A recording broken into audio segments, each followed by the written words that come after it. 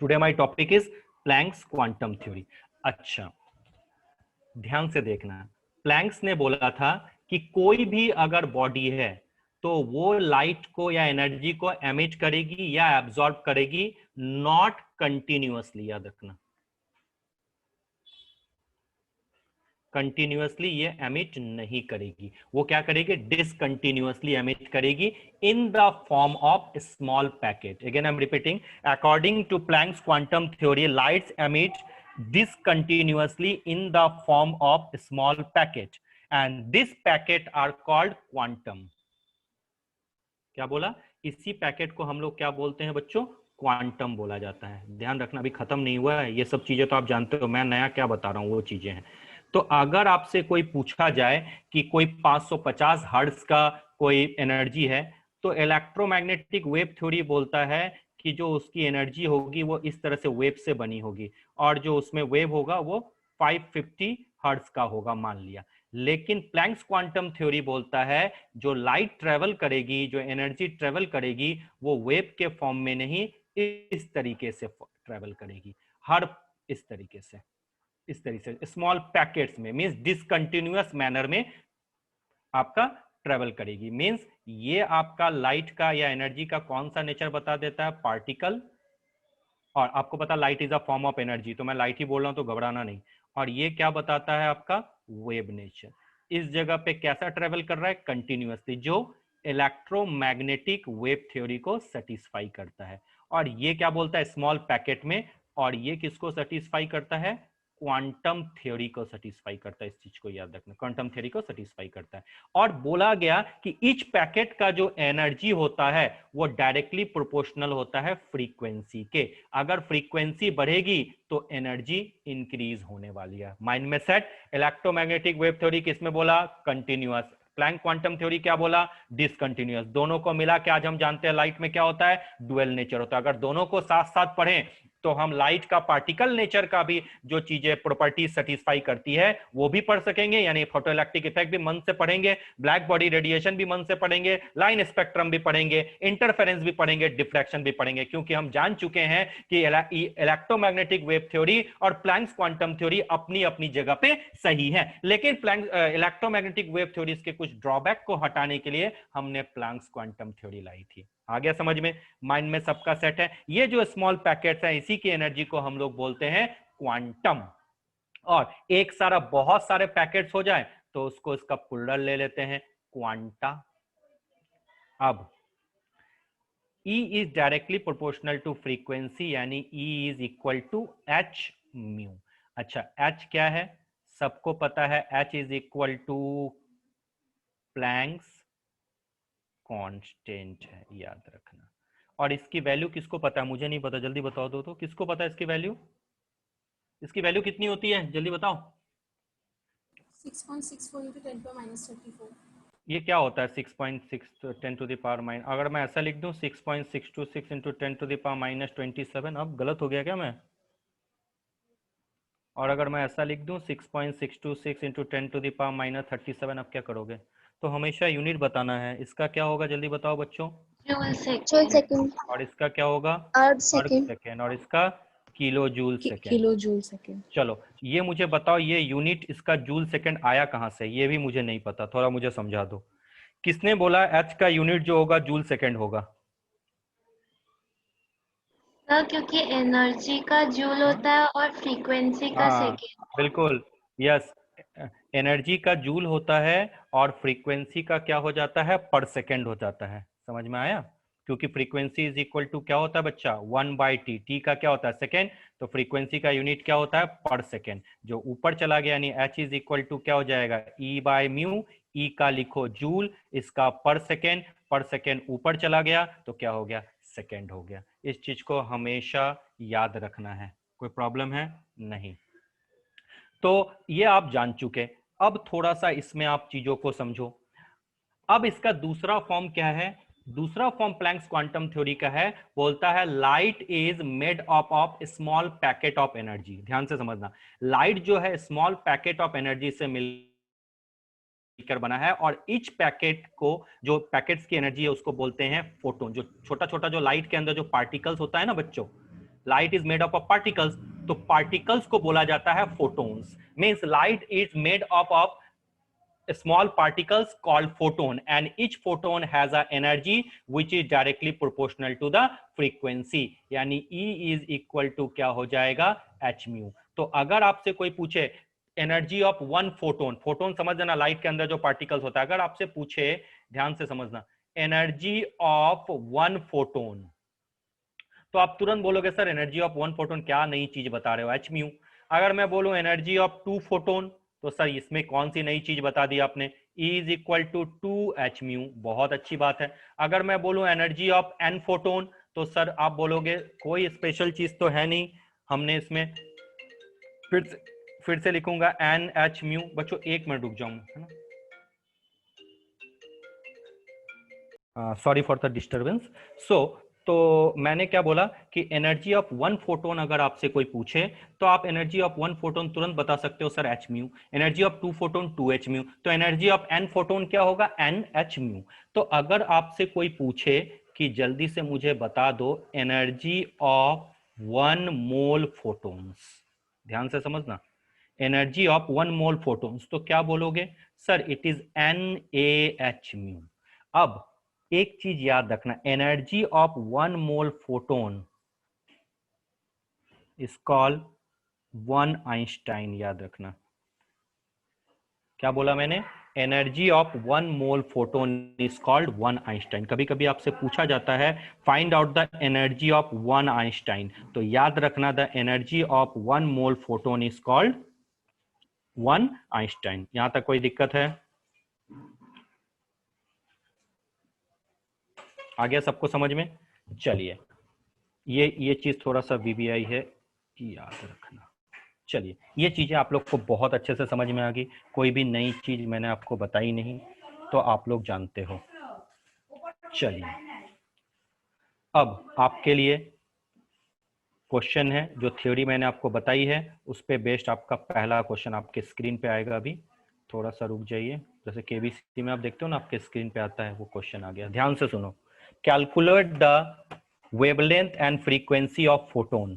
Question क्या है, एकदम इजी है। Calculate the wavelength and frequency of a photon. Photon सबको समझ में आ गया, लाइट के अंदर जो पार्टिकल होता है उसी को बोलते हैं फोटोन, ठीक है। हैविंग एनर्जी, जिसकी एनर्जी है 2 इलेक्ट्रॉन वोल्ट। चलो जल्दी से फाइंड आउट करो, और जिसको कुछ पूछना है तुरंत पूछ लो। नेक्स्ट क्वेश्चन ध्यान से सुनो। A photon of 300 nanometer. Question है a photon of 300 nanometer. Nanometer, अच्छा आ गया क्या आंसर? हाँ ठीक है, बहुत अच्छी बात है। A photon of 300 nanometer is absorbed by a gas। ध्यान से समझना, a photon of 300 nanometer is absorbed by a gas and then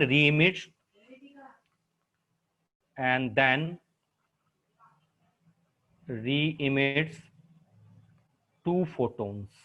समझ में आया क्वेश्चन? क्वेश्चन क्या बोला है, a photon of 300 nanometer is absorb by a gas. और जैसे ही वो गैस एब्जॉर्ब किया तो वो क्या करता है, दो फोटोन री-एमिट करता है, ठीक है। अब बोलता है one re-emitted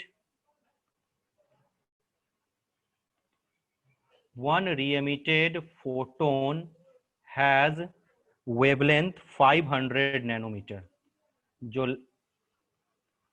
ठीक है 500 नैनोमीटर है। तो पूछा जाता है calculate the energy of second री एमिटेड फोटोन।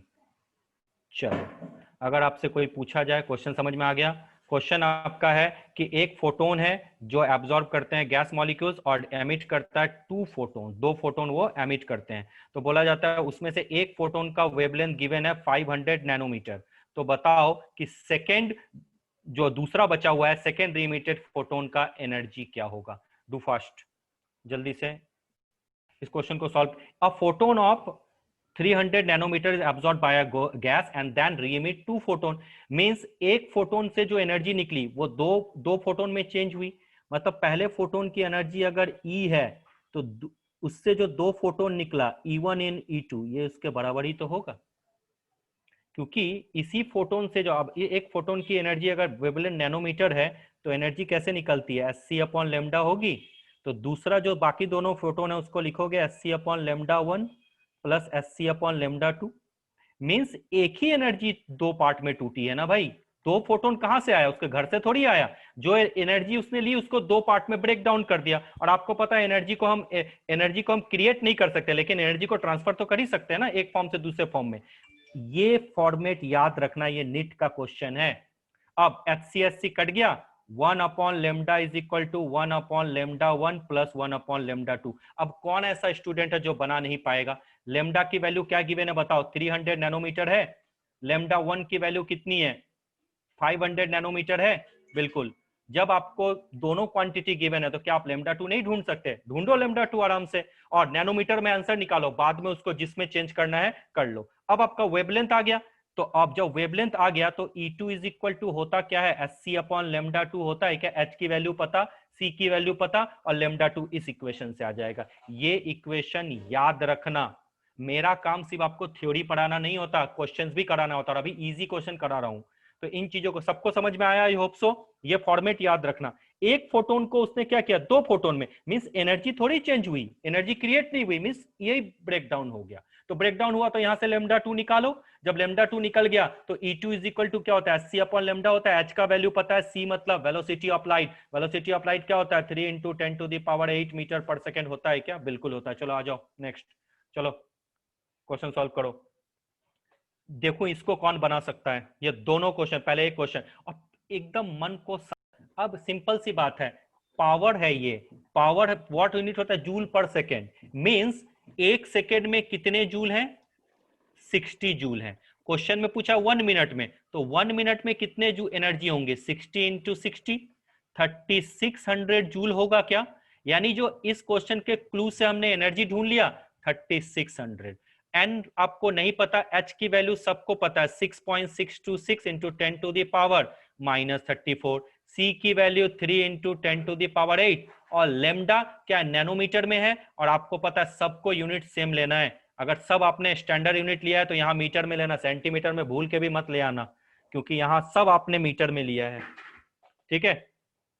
अब इसको अगर सॉल्व करोगे तो क्या एन की वैल्यू नहीं आएगी आपकी, बिल्कुल आएगी. तो देखो ये कितने आसान क्वेश्चन. 60 वाट मतलब 60 जूल पर सेकेंड, एक सेकेंड में 60 जूल, तो भैया 60 सेकेंड में कितने होंगे, मतलब 1 मिनट में इतने जूल. इससे एन निकाल दो. नेक्स्ट क्वेश्चन आ जाओ.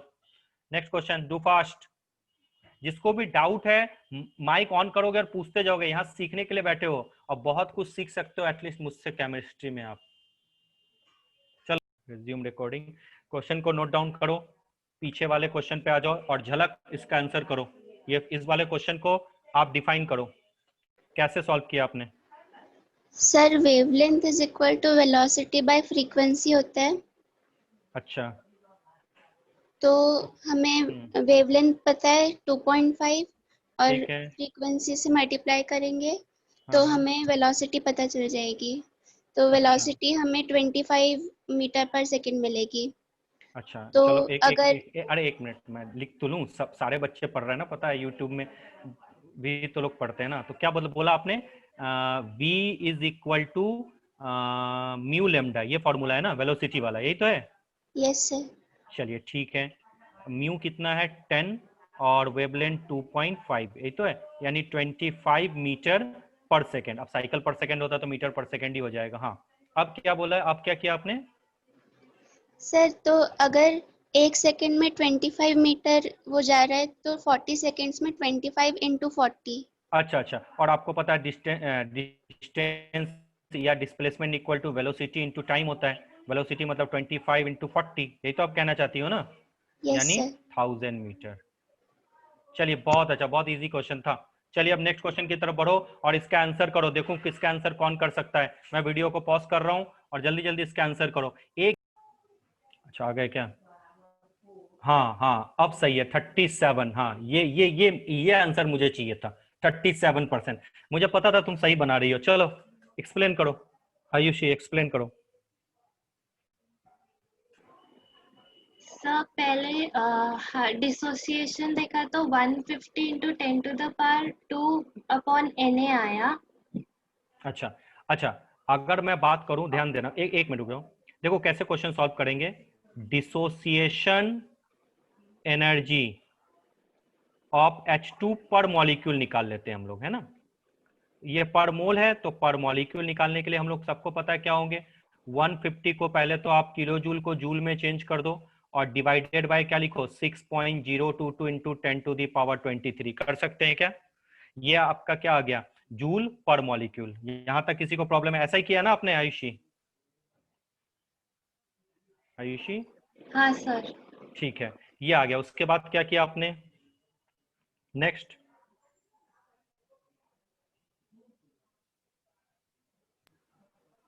नेक्स्ट क्या किया? तो फिर बाद में मैंने एक एटम का ढूंढा था। बिल्कुल बिल्कुल, बहुत अच्छा। अब आपसे पूछा गया कि इतनी एनर्जी तो आपको चाहिए ही चाहिए, और अब इसको तोड़ने के लिए H2 को क्या किया, expose to light energy of wavelength इतना, मींस कि ऐसे एनर्जी मीडियम में डाला जिसका वेवलेंथ कितना है, 500 नैनोमीटर। और आपको पता है फॉर्मूला क्या होता है, E is equal to Hc upon lambda. बिल्कुल, H की वैल्यू 6.626 इंटू 10⁻94, C की वैल्यू 3 इंटू 10⁻8, और जो वेवलेंथ है वो लगा दिया 500 इंटू 10⁻⁻9। यानी ये एनर्जी, ध्यान से समझना, ये एनर्जी आपके पास है और खर्च कितनी हो रही है, इतनी एनर्जी खर्च हो रही है, तो जो बचेगी वही तो काइनेटिक एनर्जी होगी ना। तो अगर मैं इसको मान लेता हूं E1 और इसको मान लेता हूं E2, तो बताओ काइनेटिक एनर्जी लेफ्ट, जो काइनेटिक एनर्जी आपकी होगी, पूछा जाए कि कितना काइनेटिक एनर्जी आपका बचा, तो क्या लिखोगे जल्दी बताओ, E2 माइनस E1, यही तो करोगे। माना इसकी वैल्यू आ गई x, अभी इसको सॉल्व करना आप लोग को आता है, तो आपसे पूछा जाए कितना चेंज हुआ, तो क्या लिखोगे, परसेंटेज चेंज। परसेंटेज चेंज मतलब काइनेटिक एनर्जी आपकी कितनी आई, x, आपकी टोटल एनर्जी कितनी है, E2 मल्टीप्लाई बाय 100, हो गया आंसर। देखो कितना आसान है, और इसी को सॉल्व करोगे तो 37 के आसपास आएगा, 37.35 या 37.25 के आसपास आएगा। बेसिक समझ में आया आपको। हाइड्रोजन के अंदर बॉन्ड है, इसको तोड़ना है, इसको तोड़ने के लिए आपको कितनी एनर्जी चाहिए, बोला कि भैया पर मोल में 150 जूल किलो जूल पर मोल चाहिए, तो भैया पर मॉलिक्यूल में कितनी चाहिए, तो आपको पता है एक मोल में कितने मॉलिक्यूल होते हैं, 6.022 इंटू 10⁻23 होते हैं। तो यानी इतने मॉलिक्यूल, इतने एनर्जी चाहिए पर मॉलिक्यूल्स को तोड़ने के लिए। अब आपके पास कितनी एनर्जी है, तो हमारे पास सर इसको सॉल्व करो, इतनी एनर्जी है, तो इसमें से कितनी खर्च हुई, इतनी एनर्जी खर्च हुई, तो बची कितनी, जो बची वही तो काइनेटिक एनर्जी है। मींस आपके पास 20 रुपीज है और 12 रुपीज का डेयरी मिल्क आता है, मींस आपकी E2 कितनी है 20, E1 कितनी चाहिए 12, तो बचा कितना 20 माइनस 12 8 आपकी क्या है काइनेटिक एनर्जी है। तो बोला परसेंटेज बताओ, परसेंटेज में क्या काइनेटिक एनर्जी आ गई 8 और अपॉन 20 मल्टीप्लाई 100, बोला कितना कन्वर्ट हुआ है, तो सिंपल सी बात है x अपॉन E2 जो आपकी वैल्यू है मल्टीप्लाई बाय 100 कर दो, you will have your answer. आ गया सबको समझ में? आई थिंक ये इजीली बेसिक्स आपको समझ में आ जाएगा। बहुत अच्छा, आप लोग का रिस्पांस बहुत शानदार है और मुझे बहुत खुशी होती है। चलिए ये क्वेश्चन को बताइए, fast and do fast, last question है, उसके बाद हम लोग थोड़ा और आगे पढ़ेंगे। चलो इसका आंसर करो फास्ट। ये समझ लो जो टीचर बैठा हुआ है उसको कुछ भी नहीं आता, वो तो टाइम पास करने आया हुआ है, ऐसा समझो। और अगर आपके पास ऐसा सिचुएशन आ जाए तो आप क्या करोगे, तो आप क्या करोगे, खुद अपना ब्रेन यूज करोगे। तो ये सोच के अपना ब्रेन यही यूज कर लो। Do fast. फॉर्मूला लगाना है मुझे बताओ sir, E is equal to NHc upon lambda लगाना है, एन ढूंढना है, E कितना है 10⁻⁻17 है। ओके, NH की वैल्यू क्या लिखा है 6.62662 लगा दो, एक ही बात है, 10⁻⁻34, C 3 इंटू 10⁸ और लेमडा की वैल्यू कितनी है 495 इंटू 10⁻⁹ एन की वैल्यू ढूंढनी है। ऐसे ही ढूंढा है ना आप लोगों ने, आ गया 25, ऐसा ढूंढा है क्या? Yes sir. तो फिर 28 आ रहा है क्या? 25 आ रहा है। आ गया क्या 25? चलो आ रहा है। हाँ चलिए चलिए 25 आना चाहिए, तो कैलकुलेशन भी। तो अब एक चीज ध्यान रखना, अब अगर आपसे प्लैंक्स क्वांटम थ्योरी से कितने भी टफ लेवल के क्वेश्चन पूछ ले, आपने हर वैरायटी के क्वेश्चन सॉल्व कर लिए। फोटॉन्स निकालना सीख लिया, डायरेक्ट एनर्जी दो वो भी निकालना सीख लिया, डिस्टेंस निकालना सीख लिया, और अगर टफ लेवल से दे तो जो डिसोसिएशन एनर्जी वाला वो भी आपने सीख लिया। तो अब अगर प्लैंक्स क्वांटम थ्योरी से कहीं से भी अगर घूम के भी क्वेश्चन आए तो हर क्वेश्चन किसी भी बुक से आप बना लोगे, बस लॉजिकली आपको करेक्ट होना पड़ेगा। चलिए अब आ जाइए न्यू टॉपिक की तरफ और बहुत अच्छे से ध्यान दो। आपको पता है प्लैंक्स क्वांटम थ्योरी के चलते कौन कौन सी चीजें डिफाइन होगी, ब्लैक बॉडी रेडिएशन और फोटो इलेक्ट्रिक इफेक्ट। चलिए अब ध्यान से देखिए, फोटो इलेक्ट्रिक इफेक्ट क्या होता है, इस चीज को समझो। आपको पता है कोई भी ऐसा मेटल सरफेस हो जाए, ठीक है, अगर मेटल सरफेस पे कोई रेडिएशन गिर जाए, मीन्स कोई ऐसा रेडिएशन है जिसकी फ्रीक्वेंसी म्यू है, और इस रेडिएशन के गिरने से अगर इलेक्ट्रॉन का इजेक्शन हो जाए तो इस प्रोसेस को बोलते हैं हम लोग फोटो इलेक्ट्रिक इफेक्ट। तो इसका डेफिनेशन क्या होगा, when the radiation with a frequency mu falls on a metal surface and if there is a ejection of electron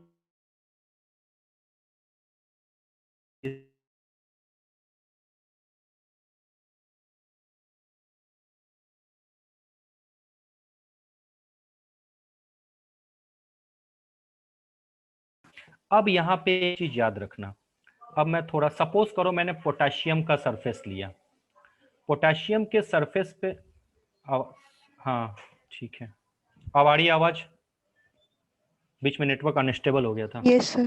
हाँ ठीक है, चलो अब आपको पता है पोटेशियम के पोटेशियम को अगर हम लिखना चाहें इलेक्ट्रॉन को इजेक्ट करें तो इस तरीके से ही तो होगा, और पोटेशियम में फिलअप कैसे होता है ध्यान से देखना, 2881, यानी ये वैलेंस इलेक्ट्रॉन है, यानी इसको निकालना इस इलेक्ट्रॉन के निकालने से ज्यादा इजी है, इसी तरीके से हम लोग लिखते हैं।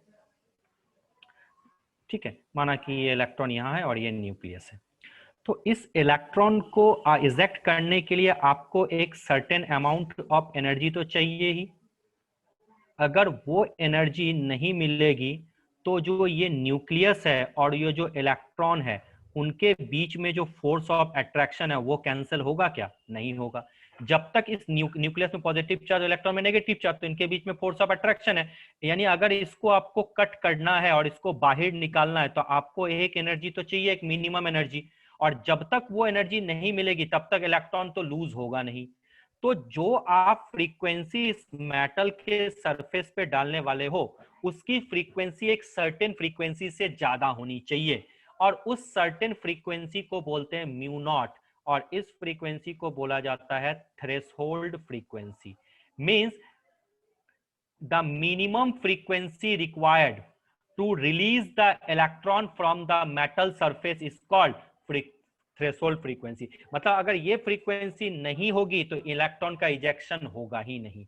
तो ये जो आपका रेडिएशन आपका किसी भी मेटल के सरफेस पे आ रहा है उसकी जो फ्रीक्वेंसी है म्यू, या तो ग्रेटर होगी म्यू नॉट से या एक्सट्रीम केस में इक्वल होगी। तो अगर आपसे पूछा जाए for the ejection of electron from the metal surface the condition is this one, if mu is less than mu naught तो याद रखना इजेक्शन कभी भी पॉसिबल नहीं है, ejection of electron is not possible. समझ में आया, ये चीज ध्यान रखना। अब बात यहां खत्म नहीं हुई है। अब कहा जाता है कि जो रेडिएशन आपने डाला उसकी एनर्जी या फ्रीक्वेंसी अगर थ्रेशोल्ड फ्रीक्वेंसी से ज्यादा है तो कुछ एनर्जी वो इलेक्ट्रॉन को खर्च करने में, इलेक्ट्रॉन को यहां से रिलीज करने में निकालेगा, और रेस्ट जो बची है वो कहां चला जाएगा, इलेक्ट्रॉन के साथ, और उसी को बोला जाता है kinetic energy of photo electron. याद रखना। अब ध्यान से देखना, सपोज करो ये जो रेडिएशन है उसकी फ्रीक्वेंसी म्यू है तो उसकी एनर्जी क्या होगी, एच म्यू। तुम्हें एक मिनिमम एनर्जी चाहिए इस फोर्स को कट करने के लिए, और उस एनर्जी को बोला जाता है थ्रेशोल्ड एनर्जी, या बुक में लिखते हैं उसको वर्क फंक्शन लिखते हैं क्या, और उसकी एनर्जी क्या होगी फिर से एच म्यू, यानी इस बार क्या लिखोगे एच म्यू नॉट, क्योंकि इस फ्रीक्वेंसी को थ्रेशोल्ड फ्रीक्वेंसी बोला जाता है। अब अगर mu is equal to mu not है तो आपको पता है एनर्जी और थ्रेशोल्ड एनर्जी या थ्रेशोल्ड सॉरी जो गिवन एनर्जी है और जो वर्क फंक्शन है या थ्रेशोल्ड एनर्जी वो इक्वल हो जाएगी, यानी इलेक्ट्रॉन रिलीज तो हो जाएगा लेकिन इलेक्ट्रॉन के साथ जो काइनेटिक एनर्जी है वो नहीं रहेगी। अब इसी चीज को लिंक किया था आइंस्टाइन ने और उसी को बोला जाता है आइंस्टाइन फोटो इलेक्ट्रिक इक्वेशन। और उसने बोला कि अगर जो रेडिएशन है उसकी फ्रीक्वेंसी एक मिनिमम फ्रीक्वेंसी से ज्यादा है तो जो एनर्जी होगी वो इस तरीके से होगी, E is equal to W not plus kinetic energy of the photo electron. इस चीज को ध्यान रखना, ये इसी को बोलते हैं आइंस्टाइन फोटो इलेक्ट्रिक इक्वेशन। अब अगर mu is equal to mu not है तो ये और ये इक्वल, तो काइनेटिक एनर्जी फोटो इलेक्ट्रॉन की क्या होगी जीरो हो जाएगी। तो कब जीरो होगी अगर पूछे तो जब बोलोगे जो गिवन फ्रीक्वेंसी है वो अगर थ्रेशोल्ड फ्रीक्वेंसी इक्वल हो जाए तो काइनेटिक एनर्जी फोटो इलेक्ट्रॉन की क्या हो जाएगी जीरो हो जाएगी। इसको फोटो इलेक्ट्रॉन बोला जाता है, ठीक है, kinetic energy of the photo electron. अब ध्यान से देखो, आपको पता है E is equal to H mu और वर्क फंक्शन को क्या लिखते हैं एच म्यू नॉट और काइनेटिक एनर्जी को हमने सिर्फ और सिर्फ काइनेटिक एनर्जी लगा दिया है, ठीक है। अब kinetic energy is equal to क्या हो जाएगा H mu minus H mu not, H बाहिर म्यू माइनस म्यू नॉट, यानी आप सीधा सीधा कह सकते हो kinetic energy is directly proportional to change in frequency. यही तो होगा। आ गया, कहीं कोई प्रॉब्लम तो नहीं है इस चीज में, आई होप सो दिक्कत नहीं है। अब आप लोग बहुत ज्यादा टैलेंटेड हो तो अब मैं ग्राफ बनाना चाहता हूं। अब मैंने ग्राफ बना दिया, किसके बीच में, ध्यान से देखना, इतना दूर तो हर जगह पड़े होगे और ये भी पड़े होगे, ऐसा कुछ भी नहीं है। मैंने वाई एक्सिस ले लिया kinetic energy of photo electron, ध्यान देना इस चीज को, बहुत अच्छा। और नीचे मैंने ले लिया frequency of absorb photon, frequency of absorb photons. चलो अब ग्राफ बताओ। पहला ग्राफ मैंने बताया ये वाला, ठीक है, ये पहला ऑप्शन है, थोड़ा समझोगे और उसके बाद बताना। ये भी वही है एक्स और वाई। दूसरा ग्राफ मैंने बताया ये वाला है, ठीक है, यहाँ भी फ्रीक्वेंसी है और ये भी kinetic energy of photo electron है, ये बी ऑप्शन है। और थर्ड मैंने ये है, ये kinetic energy of photo electron है और ये फ्रीक्वेंसी है। और मैंने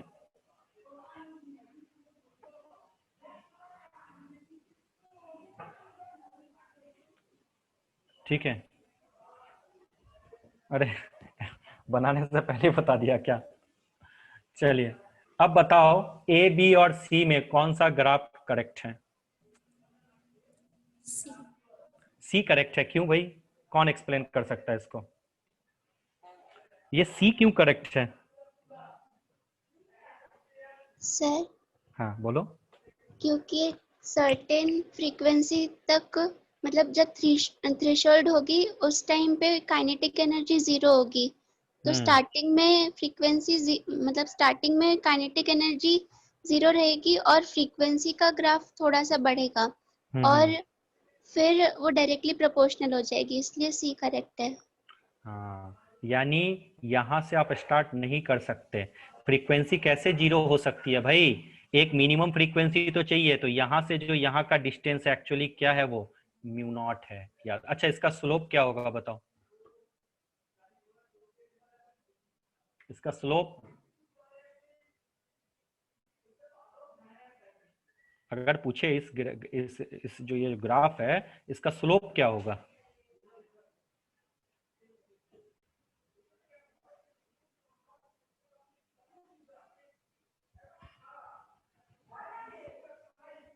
जल्दी, अच्छा आ गया क्या आंसर, इसका स्लोप ये तक तो सब जानते हो, तो बुक में था मुझे पता है।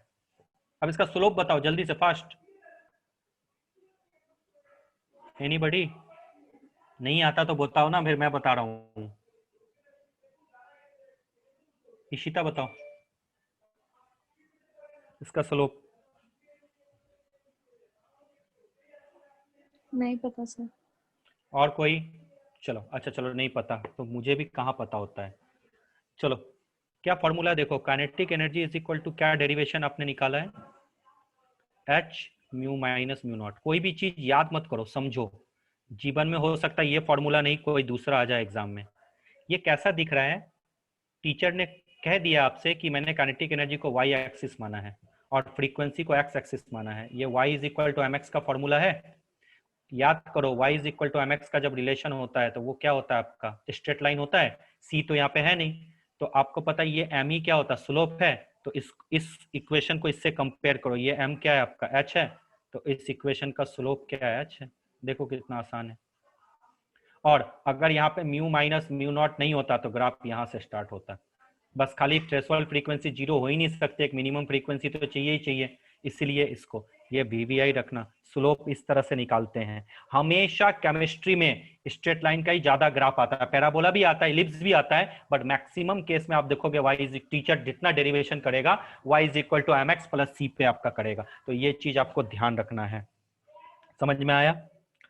चलो अब आपको एक क्वेश्चन और, अगर आपसे कोई पूछे कि जो मेटल सरफेस है कैसे मेटल तुम लेना पसंद करोगे, फोटो इलेक्ट्रिक इफेक्ट के लिए आप कैसे मेटल लेना पसंद करोगे, जल्दी।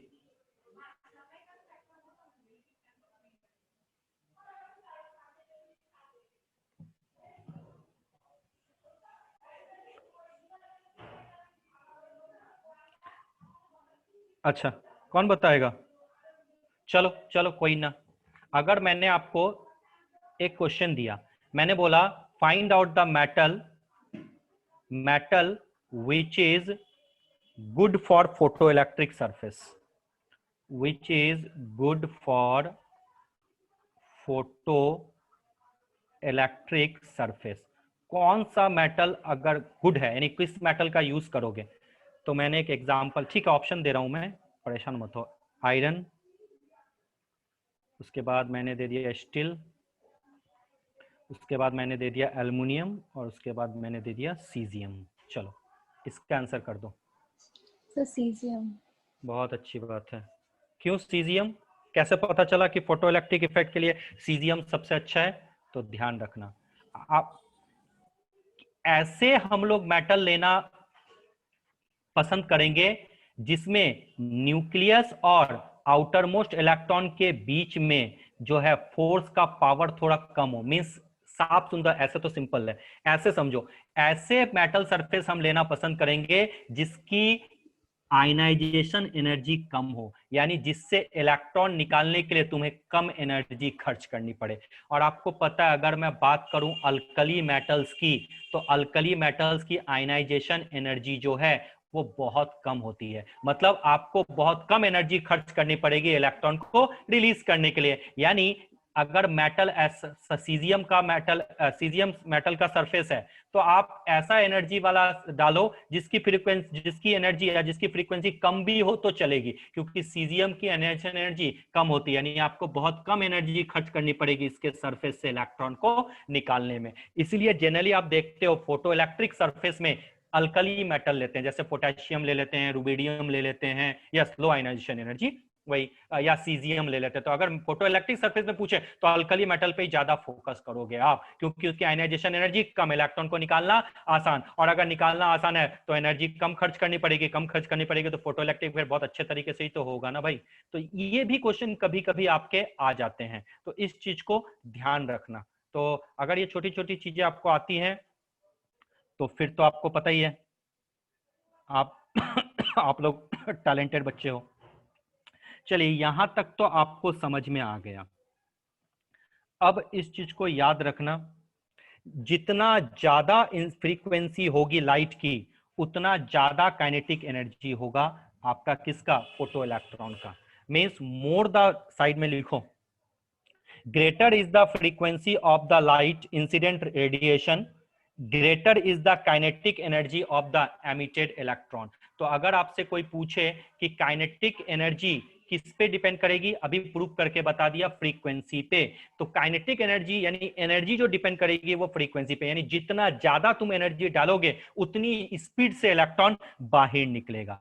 तो अगर आपसे पूछे तो भैया सर ये तो समझ गया, ये तो मुझे समझ में आ गया कि काइनेटिक एनर्जी जो फोटो इलेक्ट्रॉन है, इस चीज को समझो बच्चों, काइनेटिक एनर्जी और जो फोटो इलेक्ट्रॉन है वो डायरेक्टली प्रोपोर्शनल होगी सर फ्रीक्वेंसी के, ठीक है। यानी जितनी ज्यादा इंसिडेंट रेडिएशन हम देंगे उतना ज्यादा जो है हमारा काइनेटिक एनर्जी फोटो इलेक्ट्रॉन का ज्यादा होगा। लेकिन अगर तुम्हें एक बार में हजारों फोटो इलेक्ट्रॉन निकालने हैं, यानी number of photo electron emitted, वो किस पे डिपेंड करेगा, वो भी फ्रीक्वेंसी पे डिपेंड करेगी क्या?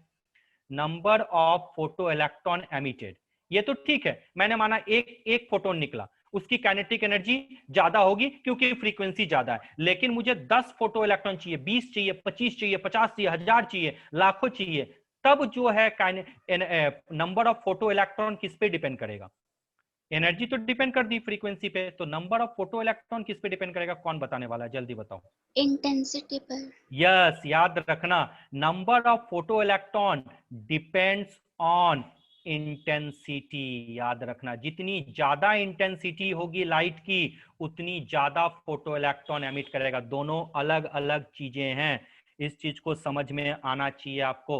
तो अगर मैं ग्राफ बनाऊं, दूसरा ग्राफ, एक एक चीज समझो, ये है एक्स वाई एक्सिस पे kinetic energy of photo electron और नीचे मैंने डाल दिया इंटेंसिटी, ठीक है, यानी intensity of incident radiation with constant frequency, पूरा लिख देता हूं, intensity of incident radiation, incident radiation with constant frequency, ठीक है बच्चा। अब अगर आपसे पूछा जाए कि इसका ग्राफ कैसा बनेगा, तो मुझे बताओ, क्या मैं ये ग्राफ बनाऊं चलेगा, या मुझे ये ऐसा ग्राफ बनाना चाहिए, ऐसा, या मुझे ऐसा ग्राफ बनाना चाहिए? ये ए है, ये बी है और ये सी है। ये सब जितनी जितनी चीजें मैं बता रहा हूं वीवीआई है, याद रखना। बोलो भाई,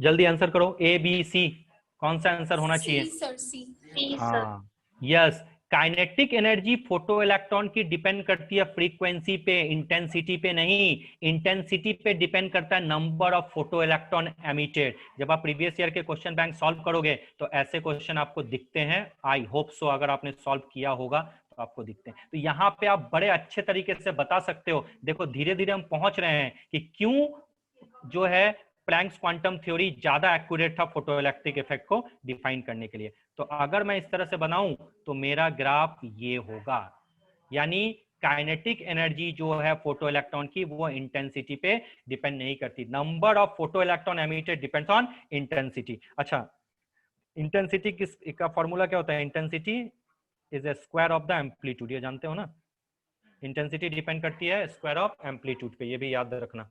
तो ये वाला ग्राफ आपका एक्यूरेट है, समझ में आया? इस जगह पे काइनेटिक एनर्जी फोटो इलेक्ट्रॉन की क्या लिखोगे? कांस्टेंट लिखोगे। चलिए, ये चीजें आपको बहुत अच्छे तरीके से समझ में आ चुकी है, आई होप सो, कहीं कोई प्रॉब्लम तो है नहीं। अब बैक साइड जाओ, किसी को डाउट है? 2 मिनट का विंडो है, किसी को भी कहीं पे भी डाउट है तो पूछ लो। तो ध्यान से समझो, क्यों इलेक्ट्रोमैग्नेटिक वेव थ्योरी ने फोटो इलेक्ट्रिक इफेक्ट को डिफाइन नहीं कर पाया था? ध्यान से समझा। अगर मैंने मेटल का सरफेस लिया, एक मिनट रुक जाओ, अगर आपसे कोई पूछे कि आप पूछ सकते हो, आपने पूछा ही नहीं, मैंने बोला क्वेश्चन पूछोगे नहीं, आपने बोला सर क्वेश्चन है, डाउट ही नहीं है, क्योंकि हम लोग तो बस थ्योरी पढ़ के आ जाते हैं। क्या मतलब है बेसिक्स जानने का? क्या समझो, अगर मैं इलेक्ट्रोमैग्नेटिक वेव थ्योरी पढ़ाया और आपको मैंने बोला EWT या EMWT जो बोलो, उसके अकॉर्डिंग मैंने बोला एनर्जी कंटिन्यूअसली निकलता है और एनर्जी का फ्रीक्वेंसी के साथ कोई रिलेशन नहीं है, यानी एनर्जी इंटेंसिटी पे डिपेंड करती है। तो according to the electromagnetic wave theory, कोई भी रेडिएशन डाल दो उससे इलेक्ट्रॉन का इजेक्शन होना चाहिए, क्योंकि पता तो है नहीं, लेकिन आपको पता है अगर इलेक्ट्रॉन का इजेक्शन करना है तो ये जो रेडिएशन आपने डाला उसकी फ्रीक्वेंसी आपको पता होनी चाहिए। अदरवाइज जो न्यूक्लियस और आउटर मोस्ट इलेक्ट्रॉन के बीच जो फोर्स ऑफ अट्रैक्शन है उसको कट कर ही नहीं पाएगा, उसको लूज कर ही नहीं पाएगा, नहीं तो ये इलेक्ट्रॉन निकलेगा कैसे। यानी अगर आपको फोटो इलेक्ट्रिक इफेक्ट करना होगा तो आपको जो भी रेडिएशन डालना है उसकी फ्रीक्वेंसी पता होनी होगी, यानी energy is directly proportional to frequency. यही तो प्लैंक्स क्वांटम थ्योरी ने बताया था। और इलेक्ट्रोमैग्नेटिक वेव थ्योरी बोला एनर्जी तो भैया इंटेंसिटी पे डिपेंड करती है, फ्रीक्वेंसी के साथ कोई खास लेना देना है नहीं उसका, ठीक है। और जब फ्रीक्वेंसी के साथ कोई खास लेना देना है नहीं तो भैया आप अपने मन से कोई भी एनर्जी फ्रीक्वेंसी डाल दो और इलेक्ट्रॉन निकल जाएगी। लेकिन आप जब डालने जाओगे अब अरे सर एनर्जी तो इलेक्ट्रॉन तो निकल ही नहीं रहा है, क्योंकि आपको पता ही नहीं जो रेडिएशन डाला उसकी फ्रीक्वेंसी आपको कितनी लेनी है। और अगर उससे क्यों, क्योंकि अगर आपको पता नहीं है तो आप ये म्यू नॉट से ज्यादा वाली फ्रीक्वेंसी कैसे लोगे, और म्यू नॉट से ज्यादा वाली या बराबर वाली फ्रीक्वेंसी नहीं लोगे तो इलेक्ट्रॉन का इजेक्शन होगा ही नहीं। और अगर इलेक्ट्रॉन का इजेक्शन नहीं होगा तो क्या फोटो इलेक्ट्रिक इफेक्ट होगा? नहीं होगा। समझ में आया? तो इस चीज को इसीलिए हम लोगों ने प्लैंक्स क्वांटम थ्योरी पढ़ी। मींस इंटेंसिटी अगर ज्यादा होती है तो नंबर ऑफ फोटो इलेक्ट्रॉन जो इजेक्ट होते हैं वो ज्यादा होंगे, लेकिन kinetic energy of photo electron जो है वो ज्यादा नहीं होंगे। वो तो डिपेंड करेगा कि आपने कितनी फ्रीक्वेंसी डाली है। यानी जो काइनेटिक एनर्जी है वो फ्रीक्वेंसी पे डिपेंड है, इंटेंसिटी पे डिपेंड नहीं है। इसलिए EWT फोटो इलेक्ट्रिक इफेक्ट को डिफाइन नहीं कर पाया था। आ गया यहां तक समझ में? आई होप सो आपको ये सारी चीजें समझ में आ गई, वर्क फंक्शन समझ में आ गया, क्यों इलेक्ट्रोमैग्नेटिक वेव थ्योरी ने इसको डिफाइन नहीं किया था वो भी आपको अच्छे तरीके से समझ में आ गया। तो क्लास में आज यहीं एंड करता हूं, ठीक है। नेक्स्ट क्लास कल ही होगा और कल हम लोग पढ़ेंगे जो सबसे बेहतरीन टॉपिक है ब्लैक बॉडी रेडिएशन। क्यों ब्लैक बॉडी रेडिएशन को इलेक्ट्रोमैग्नेटिक वेव थ्योरी ने डिफाइन नहीं कर पाया, उसका ग्राफिकल रिप्रेजेंटेशन करेंगे और फोटो इलेक्ट्रिक इफेक्ट पे क्वेश्चंस करने वाले हैं, ठीक है। तो चलो आज मैं अपना क्लास यहीं ओवर करता हूं। किसी को अगर डाउट है तो वो पूछ लो।